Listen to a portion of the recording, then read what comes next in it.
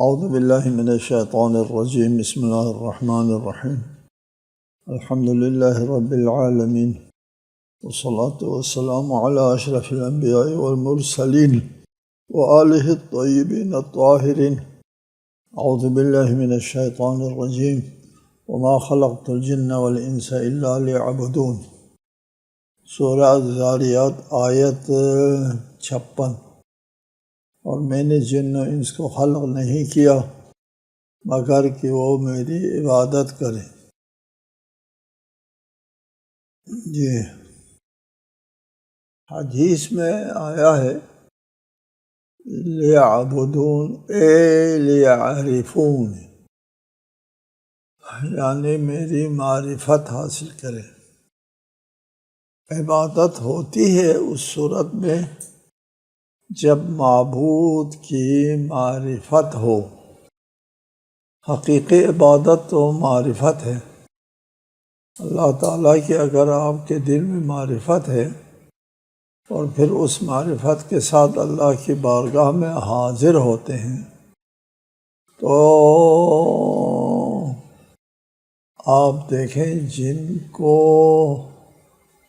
صحیح معرفت حاصل تھی وہ لرزتے تھے، اللہ کے حضور پیش ہوتے ہوئے لرزتے تھے۔ اس کو عبادت کہتے ہیں۔ اور اگر معرفت نہیں ہے تو پھر ایک رسم ہے، ایک رواج ہے، اس کو ادا کر دیا۔ بہرحال جو نمازیں ہم لوگ پڑھتے ہیں، عبادت کرتے ہیں، اس کے بارے میں یہ ہے کہ ہم کو وہ معرفت حاصل نہیں ہے اللہ تعالیٰ کی جو ہونا چاہیے کہ کیا کچھ فیصد بھی مشکل ہے نہیں ہے۔ ہم معرفت کے ساتھ اللہ کی بارگاہ میں نہیں جاتے ہیں۔ یا محسن قد اتاک المسیء، کہ گناہ گار آپ کی بارگاہ میں آ گیا۔ میں کہتا ہوں آ گیا ہوں، کہاں معلوم آ گیا، آئے ہی نہیں، بارگاہ میں حاضر ہی نہیں ہوتا۔ ایک رسم و رواج ادا کیا جاتا ہے، حاضر نہیں ہوتا۔ لیکن ایک بات سنیں، یہ جو نمازیں ہم لوگ پڑھتے ہیں، یہ نمازیں اگر اللہ کے بارگاہ میں قبول ہیں تو کیا بات ہے، کیا درجہ ہے، اللہ کے عبادت گزاروں میں آپ کا شمار ہوگا۔ بہت بڑا درجہ ہے اگر قبول ہے۔ وہ بہت بڑے نصیب والے ہیں وہ لوگ جن کی نمازیں قبول ہو جاتی، بڑے نصیب والے۔ اور اگر آپ کی نمازیں قبول نہیں ہیں، رد ہے، پھر بھی ایک فائدہ ہے۔ قبول نہیں ہے پھر بھی فائدہ ہے۔ جی کیا فائدہ ہے؟ وہ فائدہ یہ ہے کہ آپ تارک نماز نہیں شمار ہوں گے۔ نماز تو پڑھ دی نا آپ نے، قبول نہ ہوئی، تارک نماز نہیں ہوں گے۔ جب تارک الصلاۃ نہیں ہوں گے تو ترک نماز کا عذاب نہیں ہوگا۔ وہ اثرات جو مترتب ہوتے ہیں تارک الصلاۃ پر جو اثرات منفی مترتب ہوتے ہیں وہ آپ پر نہیں ہوں گے۔ آپ کی نمازیں قبول نہیں ہے، آپ کو درجہ نہیں ملتا، آپ کو ثواب وہ نہیں ملتا، لیکن آپ تارک الصلاۃ بھی تو نہیں ہیں، ترک نماز کا عذاب نہیں ہوگا۔ یہ اپنی جگہ ایک بہت بڑی بات ہے۔ میں مثال دیا کرتا ہوں کہ باپ نے پانی یا نوکر سے پانی مانگا، اس نے آ کر کے پانی دیا، گرم سا، پیا نہیں جاتا اور کر کے واپس کر دیا، قبول نہیں ہوا، میں نے واپس کیا۔ یہ ایک صورت ہے۔ دوسری صورت یہ ہے کہ اس نے پانی مانگا، اس نے اعتنا ہی نہیں کیا۔ اس وقت کیا غیظ و غضب میں آئے گا نا، یہ میں نے پانی مانگا تو نے اعتنا ہی نہیں کیا، جی عذاب آئے گا اس وقت، جب اعتنا ہی نہیں کیا عذاب آئے گا۔ اعتنا کیا، پانی تو دیا لیکن پیا نہیں گیا، واپس کیا قبول نہیں ہوا، خیر ہے بہرحال عذاب نہیں ہوگا۔ یہ ایک نقطہ ہے جو اس نمازوں کے سلسلے میں انسانی ذہن میں یہ بات ہونا چاہیے کہ اللہ تعالیٰ کے حضور جب آپ پیش ہوتے ہیں، نماز پڑھتے ہیں، عبادت کرتے ہیں، الا لیعبدون، عبادت کے جو سب سے اہم ترین نقطہ تو نماز ہے نا، یہ عبادت کے دیگر وہ ہے فروعات ہے عبادت کے، لیکن سب سے اہم چیز نماز ہے۔ عبادت بندگی کیا ہے؟ بندگی یہ ہے کہ اللہ تعالیٰ کے کمال و جمال کی معرفت حاصل کر کے یا اس کے کمال کے سامنے جھکنا، کمال کے سامنے جھکنا کمال ہوتا ہے۔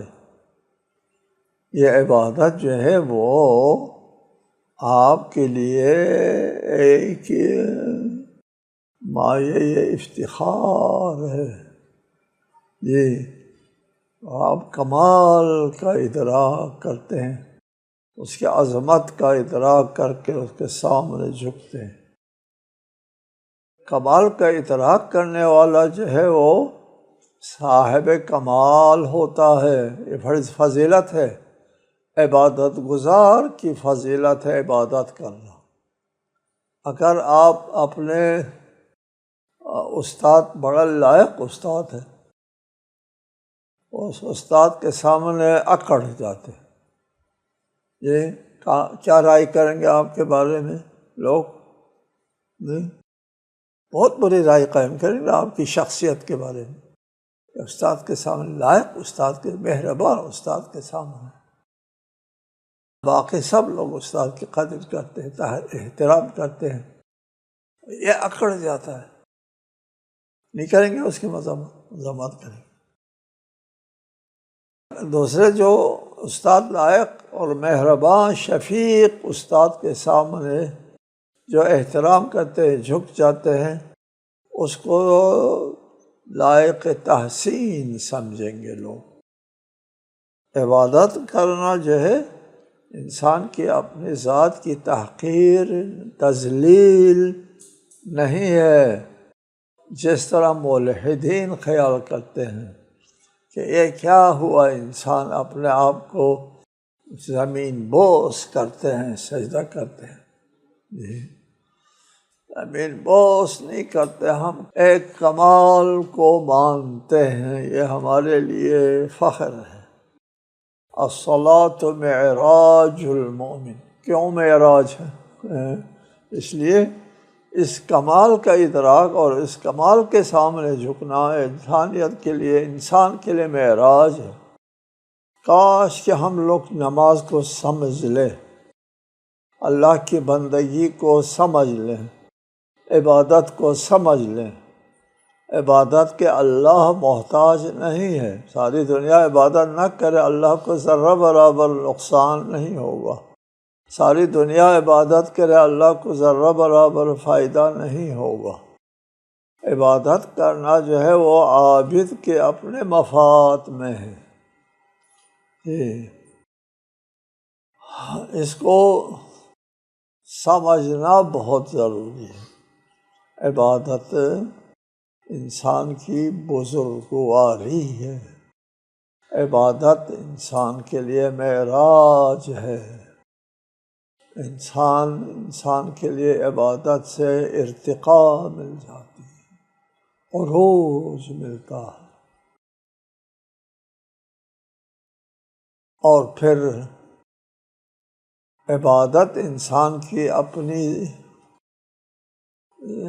ساخت اور فطرت کے بھی عین مطابق ہے عبادت، عین فطرت کے مطابق۔ فطری تقاضا یہی ہے کمال کے سامنے جھک جاؤ، یہ فطری تقاضا ہے۔ اس فطری تقاضا پر عمل کرنے سے آپ کا وجود، آپ کی فطرت خوش ہوتی ہے، خوش، جی، اس کے تقاضے پورے کیے آپ نے اپنی فطرت کے تقاضے پورے کیے آپ۔ الا بذکر اللہ تطمئن القلوب، ذکر الہی سے دلوں میں اطمینان کیوں آتا ہے؟ اس لیے کہ انسان کی اپنی ساخت بافت کے عین مطابق کام ہوا تو اس کو مزہ آتا ہے۔ مچھلی کو پانی میں ڈالو تو وہ بڑے مزے سے تیرنا شروع کر دیتی ہے، پانی سے نکالو تڑپ جاتی ہے، ایسا ہی ہے نا جی۔ انسان کی فطرت میں ہے کمال کے سامنے جھکنا۔ جب آپ کمال کے سامنے جھکتے ہیں آرام و سکون، اور اس سے سرکشی کرتے ہیں، آپ کو سکون نہیں ملتا، بلا تشبیہ مچھلی کی طرح۔ فَأَقِمْ وَجْهَكَ لِلدِّينِ حَنِيفًا فطرة اللہ التي فطر الناس علیہا لا تبدیل لخلق اللہ ذالک الدین القیم۔ بس اے نبی یکسو ہو کر اپنا رخ دین خدا کی طرف مرکوز رکھیں۔ اقم وجہک للدین، جی، دین کی طرف اپنا توجہ مرکوز رکھے، یہ فطرت ہے۔ فطرت اللہ التی فطر الناس علیہا، یعنی وہ فطرت ہے جس کے اوپر انسان کی تخلیق ہوئی ہے، انسان کے جسم کے دھاگوں کا بافت ہوا ہے۔ انسان کے جسم کے دھاگوں کو جب بافت کر رہے تھے، اس وقت ہر انسان کے ذرے کے اندر اللہ تعالیٰ کی عظمت اور وحدانیت جو ہے وہ ودیعت ہوئی ہے، انسان کی فطرت میں ودیعت ہے۔ عبادت فطری ہے، اور فطرت کی وجہ سے آپ کو سکون ملتا ہے۔ لہذا عبادت کرنا، اللہ تعالیٰ کی عبادت کرنا جو ہے، اس میں اللہ کو کوئی فائدہ نہیں، اللہ کسی فائدے کا محتاج نہیں، انسان کا فائدہ ہے۔ یہ ہماری اپنی ضرورت ہے، دنیا کی بھی آخرت کی بھی ضرورت ہے۔ دنیا کو بھی ہم کو امن چاہیے، سکون چاہیے، اطمینان چاہیے، وہ عبادت سے مل جاتی ہے۔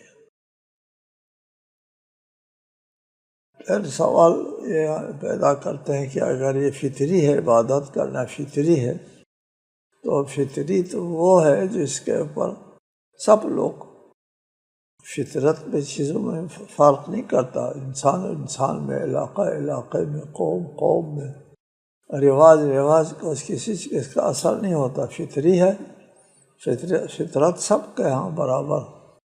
تو اگر عبادت اللہ کی فطری ہے تو پھر کچھ لوگ جو ہے اس کو کیوں چھوڑتے ہیں؟ جواب یہ ہے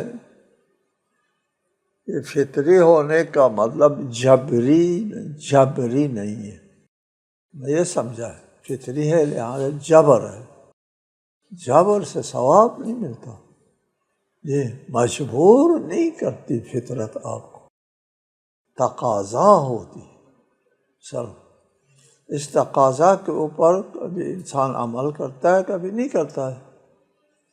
صرف یہی دین نہیں، اور بھی 3 چیزوں کے بارے میں معلوم ہوا ہے۔ ماہرین نفسیات کے ہاں مشہور ہے اور مسلم ہے کہ چند چیزیں جو ہے وہ فطری ہے۔ اس میں سے ایک فطری یہ ہے کہ دوسروں پر احسان کرنا، فطری ہے۔ آپ جا رہے تھے اور ایک آدمی جو ہے وہ کھائی میں گر رہا تھا، آپ لپک کر کے اس کو بچاتے ہیں، سوچتے نہیں کون ہے کیا ہے، کیوں بچاتے ہیں؟ کوئی اگر پوچھے اس کو گرنے دیتے آپ نے کیوں بچایا؟ ایک بات، گرنے دیتے اس کو، کیوں گرنے دیتے؟ میں اس کو بچا سکتا تھا، بچا نہیں۔ انسان کو اس سے مزہ آتا ہے کہ میری وجہ سے ایک بندہ بچ گیا۔ یہ احسان الی الغیر فطری ہے، فطری، فطرت نے اس کو مجبور کیا، لپک کے اس کو بچا لیا۔ دوسری چیز جو ہے وہ کسی واقعہ آگاہی حاصل کرنا، یہ بھی فطری ہے۔ انسان جاننا چاہتا ہے کیا ہوا، کوئی حادثہ ہوا تو جاننا چاہتے ہیں کیا ہوا۔ یہاں آپ کا مدرسہ لب سڑک ہے، ادھر حادثہ ہوتا ہے اور حادثے کی آواز آتی ہے ادھر مدرسے میں، کوئی ایکسیڈنٹ ہوا ہے، آپ آرام سے جاتے ہیں دیکھنے؟ دوڑ کے جاتے ہیں۔ کیوں دوڑتے ہیں؟ کیا کام ہے؟ جاننا چاہتا ہوں یہ جو ایکسیڈنٹ ہوا ہے اس میں کیا ہوا ہے، کوئی جانی نقصان ہوا ہے، کیا ہوا کیا نہیں، جاننا چاہتے ہیں۔ کیا کرنا ہے جان کر؟ بھائی جاننا چاہتا ہوں، فطری ہے، جاننا چاہتا ہوں۔ 2 چیزیں ہوئی۔ تیسری چیزیں جو ہے وہ جمالیات کا پسند کرنا، خوبصورتی کو انسان پسند کرتا ہے، بدصورتی سے نفرت کرتا ہے۔ یہ جمالیات کا پسند کرنا بھی فطری ہے۔ اس کے باوجود بہت سے لوگ جو ہے وہ حب اطلاع یا دوسروں پر احسان کرنا جو فطری ہے وہ اس سے دلچسپی نہیں لیتے، اس سے فطرت میں فرق نہیں پڑتا۔ فطری ہونے کا مطلب جبری نہیں ہے۔ خصوصاً دوسروں پر احسان کرنے کا احساس جو ہے وہ سب کے نزدیک فطری ہے، لیکن کچھ لوگ جو ہے دوسروں کا خون چوستے ہیں، نہ صرف احسان نہیں کرتے، کا خون چوستے ہیں۔ ما اريد منهم من رزق وما اريد ان يطعموني ان اللہ هو الرزاق ذو القوة المتین۔ میں نہ ان سے کوئی روزی چاہتا ہوں اور نہ ہی میں یہ چاہتا ہوں کہ وہ مجھے کھلائیں۔ اللہ فرماتا ہے، اللہ ہی، یقیناً اللہ ہی بڑا رازق ہے، رازق نہیں ہے، بڑا رازق، بڑا رزق دینے والا ہے، بڑی پائیدار طاقت والا ہے، ذو القوة المتین۔ وما خلقت الجن والانس الا لیعبدون۔ میری عبادت کریں، میں محتاج نہیں ہوں بندوں کا، میں ان سے کوئی رزق روزی نہیں مانگتا ہوں، نہ وہ کسی کھانا وانا روٹی مانگتا ہوں۔ ان اللہ هو الرزاق، اللہ ہی بڑا رزق دینے والا ہے۔ آپ کو تو پتہ ہے رازق اور رزاق میں کیا فرق ہے؟ رازق رزق دینے والا، رزاق بڑا رزق دینے والا، غافر معاف کرنے والا، غفار بڑا معاف کرنے والا۔ اللہ صرف رازق نہیں ہے، رزاق ہے۔ اور قرآن کی تعبیر ان اللہ هو الرزاق، اللہ ہی بڑا رازق ہے، اللہ ہی بڑا رازق ہے اور صاحب قوت ہے۔ رزق جو ہے عنایت کو کہتے ہیں، انسان کی زندگی کے لیے ضرورت کی چیزیں فراہم کرنے والا رازق ہے۔ اس میں شامل ہوتا ہے کھانا پینا، رہن سہن، کپڑا شپڑا وغیرہ جو انسان کی زندگی کے لوازمات ہیں ان کو فراہم کرنے والا وہ اللہ ہی ہے۔ اس کائنات میں اللہ کے علاوہ کوئی اور رازق نہیں ہے۔ یہاں مطالعہ کرتے ہیں آپ اس کائنات کے قانون میں کہ خالق کون ہے؟ خالق اللہ ہے۔ اس کائنات کی تدبیر کرنے، اس کو چلانے والا اللہ ہے، رزق دینے والا اللہ ہے۔ جب خالق اللہ ہے تو خلق اور رزق قابل تفریق نہیں ہے۔ اللہ نے کیا خلق کیا؟ اللہ نے پانی خلق کیا، ٹھیک ہے، خالق اللہ ہے۔ اللہ نے آفتاب خلق کیا، وہاں سے دھوپ آتی ہے، دھوپ جو ہے وہ اللہ کی مخلوق ہے۔ زمین کو کس نے خلق کیا؟ اللہ نے خلق کیا زمین۔ ہوا کو کس نے چلایا؟ ہوا کو بھی اللہ تعالیٰ نے۔ وَالَّذِي أَرْسَلَ الرِّيَاحَ بُشْرًا بَيْنَ يَدَيْ رَحْمَتِهِ، ہوا چلانے والا اللہ تعالیٰ کی۔ اچھا، ہوا کا خالق بھی اللہ ہے، پانی کا خالق بھی اللہ ہے، اور زمین کا خالق بھی اللہ ہے۔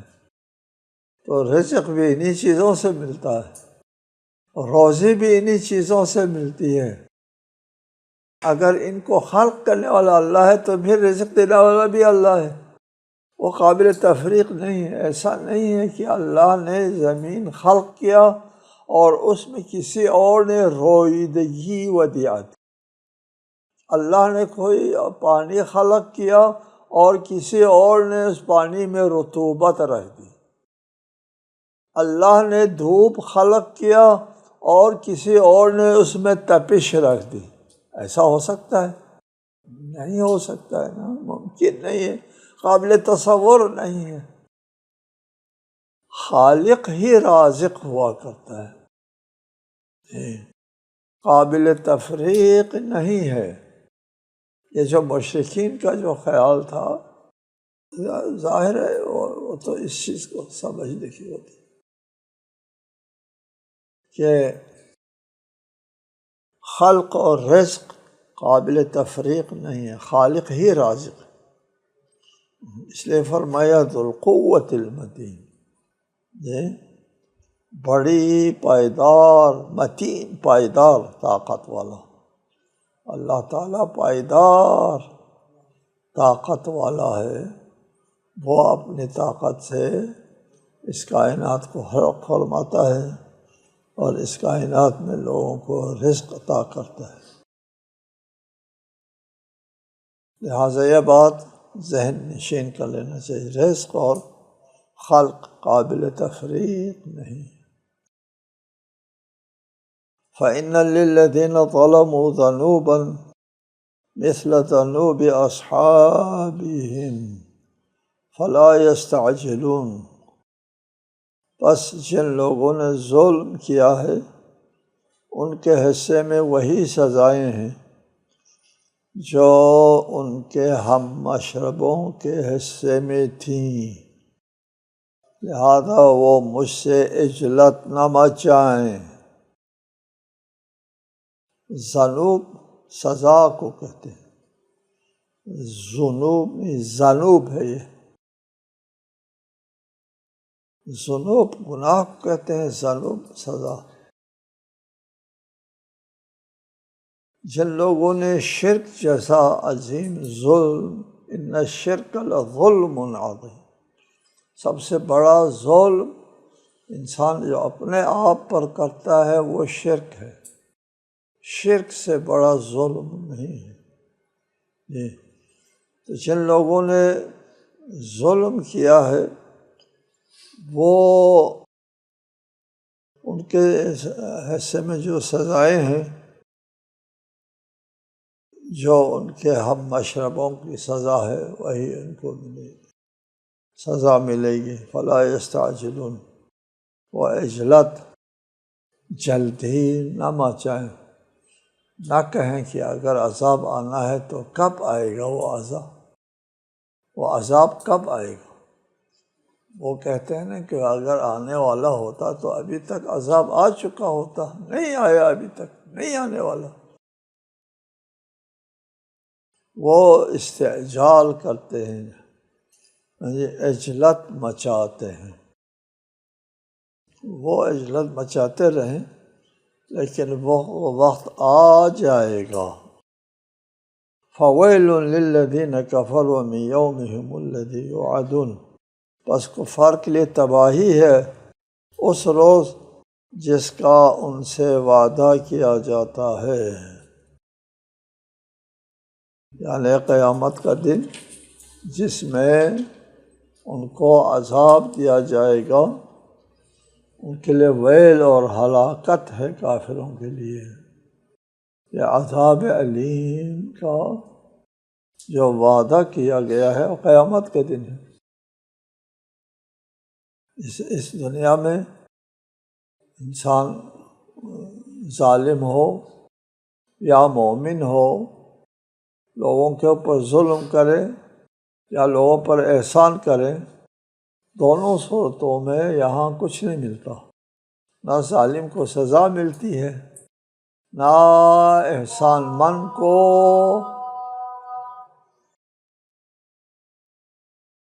نہ احسان کرنے والے کو جزا ملتی ہے۔ سزا اور جزا کے لیے ایک دن مقرر ہے، وہ یہاں دار امتحان میں وہ سزا نہیں ملے گی، اس کے لیے ایک دن مقرر ہے، اس دن میں ان کو سزا مل جائے گی، وہ عجلت مچاتے رہیں۔ السلام علیکم ورحمۃ اللہ وبرکاتہ۔